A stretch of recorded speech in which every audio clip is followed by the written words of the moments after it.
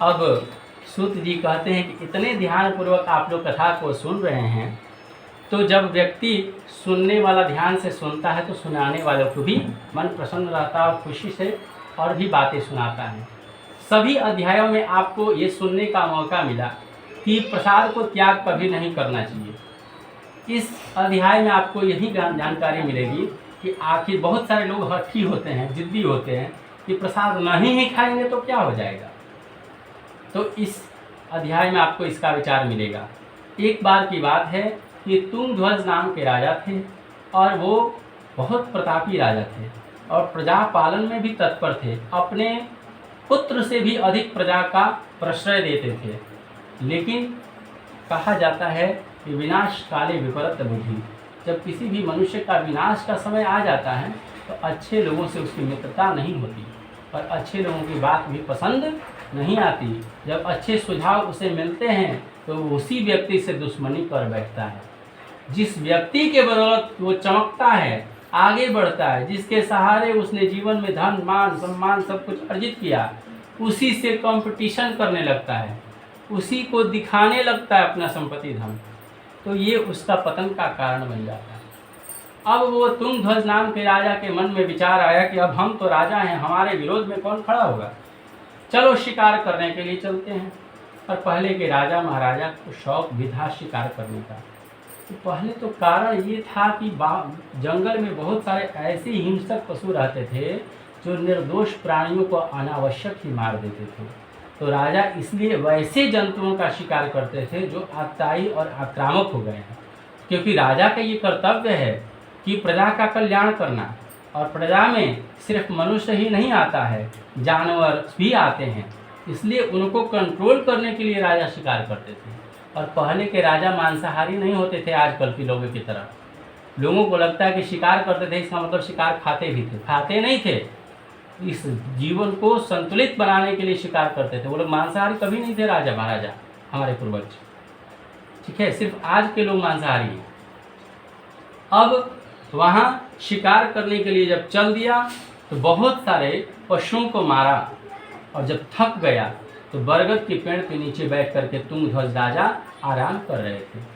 कुछ ही दूरी पर ग्वाला लोग मिलकर सत्यनारायण भगवान का पूजन कर रहे थे। राजा को तो अहंकार था कि हम तो राजा हैं, हम यदि छोटे लोगों के बीच में जाएंगे तो हमारी तौहीन होगी और प्रतिष्ठा का हनन होगा। इस विचार के कारण भगवान को भी प्रणाम नहीं किया, क्योंकि जब मनुष्य के जीवन में अभिमान आ जाता है, अहंकार आ जाता है, तो अपने से बड़ा किसी को नहीं समझता, तो सबसे श्रेष्ठ अपने आप को ही समझ बैठता है, और इस कारण से न जाने कितनी गलतियां करते रहता है। ग्वाला लोगों के समीप नहीं गया, ये कोई बड़ी गलती नहीं है, लेकिन भगवान को प्रणाम नहीं किया, ये बहुत बड़ी गलती हो गई। और जब उनका पूजन समाप्त हुआ तो प्रसाद को समझे कि सबसे श्रेष्ठ राजा हैं, तो सबसे पहले इन्हीं को प्रस्तुत किया जाए, प्रसाद दिया जाए। तो इस विचार से लेकर सबसे पहले राजा के सम्मुख प्रसाद को रखे कि हे राजन, प्रसाद ग्रहण कीजिए। राजा ने सोचा कि यदि इस प्रसाद को ग्रहण कर लेंगे तो हमारी प्रतिष्ठा का हनन होगा। उसने मना कर दिया, नहीं नहीं, प्रसाद मुझे नहीं चाहिए। और देखिए, जब आपको किसी चीज़ से एलर्जी है, नहीं खाना है, तो आप स्वीकार करने का भी एक तरीका है, उसको स्पर्श कर लीजिए तो मान लिया जाता है कि आपने उसे ग्रहण कर लिया। आप उस समय भले नहीं खाएं, लेकिन उसने वो भी नहीं किया और दूसरे रास्ते से अपने घर की ओर चल दिया। ग्वाला लोगों के मन में ये समझ में आया कि हो सकता है कि अभी राजा रूठे होंगे, चाहे हो सकता है कि हमारे सामने खाने में संकोच कर रहे होंगे, अकेले में खा लेंगे। इस तरह से मन में विचार करके वो अपने ग्रुप में जा कर के प्रसाद को बांट लिए, खा लिए, और रात गीत आदि मंगल गाते हुए, भगवान का कीर्तन करते हुए रात्रि भर उन्होंने गुजारा। जिस प्रकार से औरतें घर में कभी कभी अपने पति देव से रूठ जाती, परिवार से रूठ जाती, तो खाना से ही रूठ जाती, खाना ही नहीं खाती, नहीं खाना आज नहीं खाएंगे। और होता क्या है कि भूख का एक सीमा है, एक दिन नहीं खाइएगा बर्दाश्त हो जाएगा, 2 दिन नहीं खाइएगा बर्दाश्त हो जाएगा, तीसरा दिन तो भूख लग ही जाएगा ना। तो आदमी इंतजार करता है कि चलो एक काम करते हैं, रात तो अभी बाकी है, अब क्योंकि भूख जब लगा हुआ है जोर से तो रात में नींद भी नहीं आएगी। ऐसी स्थिति में इंतजार करती है औरतें कि चलो सबको सुला लेंगे, तब आराम से चौका बर्तन में जा कर के उसमें भोजन कर लेंगे। अब मान लेते हैं कि सब कोई सो गया, इधर रात में इंतजार करते कभी पति मनाने आए, बेटा मनाने आए, कोई भी मनाने आए तो हम थोड़ा भाव खा करके खाना खाएंगे। लेकिन होता इसके विपरीत है। मान लेते खड़ूस किसी का पति मिल गया, जाओ नहीं खाना तो मत खाओ, लेंगे हम तो खा के तुरंत सोएंगे। ऐसी विचारधारा को लेने वाले व्यक्ति क्या हुआ कि खाना पीना खिला करके 5 रोटी 7 रोटी अपने लिए एक्स्ट्रा बना के रखी है कैस्ट्रॉल में वो, और सब कुछ सोने के बाद हम खाएंगे इसी इंतज़ार में रखी थी। तब तक क्या हुआ कि ये रोटी तो खा पी के एकदम रात को निश्चिंत हो गई पत्नी। सुबह उठा, पति तो अपने से खाना निकाल के खाया था, उसको याद है कि 7 रोटी था इसमें। वो पूछा रही इसमें 7 रोटी था कैसरोल में, क्या हुआ? अरे बिल्ली उली आके खा गई होगी, हमको क्या पता है कि इसका रोटी क्या हो गया। लेकिन वो बोले कि नहीं थी, ये तो बंद था कैसरोल में, तो कैसे बिल्ली खोल लेगी। तो सच्चाई तो आखिर बाद में आ ही जाता है, फिर नॉर्मल हो जाता है कहानी। यही स्थिति उन ग्वाला लोगों ने मन में सोचा था कि हो सकता है कि राजा संकोच के कारण हमारे सामने नहीं खा रहे हैं, अकेले में पा करके खा लेंगे। लेकिन जब घर पर गए तो वो अहंकार के कारण, वो रूठा थोड़ी ही था, वो तो अहंकारी था। घर पर गया तो उसके 100 पुत्र थे, सब मरे पड़े थे, धन धान्य सब अस्त व्यस्त हो गया।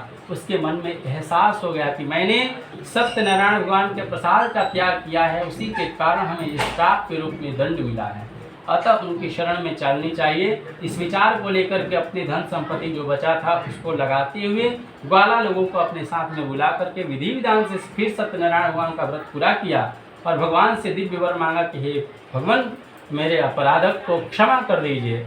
तो करुणा निधि जो हैं ये भगवान ऐसे हैं कि बड़ा से बड़ा पाप करके आप खाली बस उनके चरणों में एक बार साष्टांग शरणागत हो जाइएगा तो कोई भी पाप खत्म हो सकता है।